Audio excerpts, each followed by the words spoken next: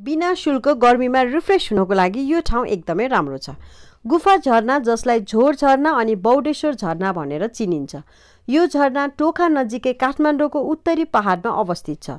सामखुसी चोकबाट लगभग 9 किलोमिटर टाढा अवस्थित यो झरना जाने उपयुक्त समय अहिले नै हो।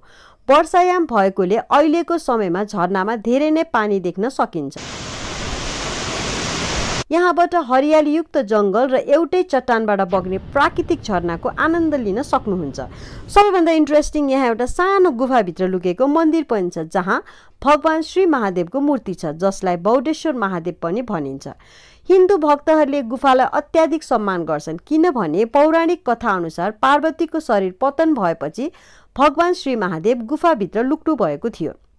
गुफाभित्रको मन्दिर सोमबार र शनिबार मात्रै खुल्छ, त्यसैले यदि कसैले धार्मिक उद्देश्यको लागि यो ठाउँको भ्रमण गर्ने योजना बनाएको छ भने शनिबार र सोमबार यहाँको भ्रमण गर्दा उपयुक्त हुन्छ।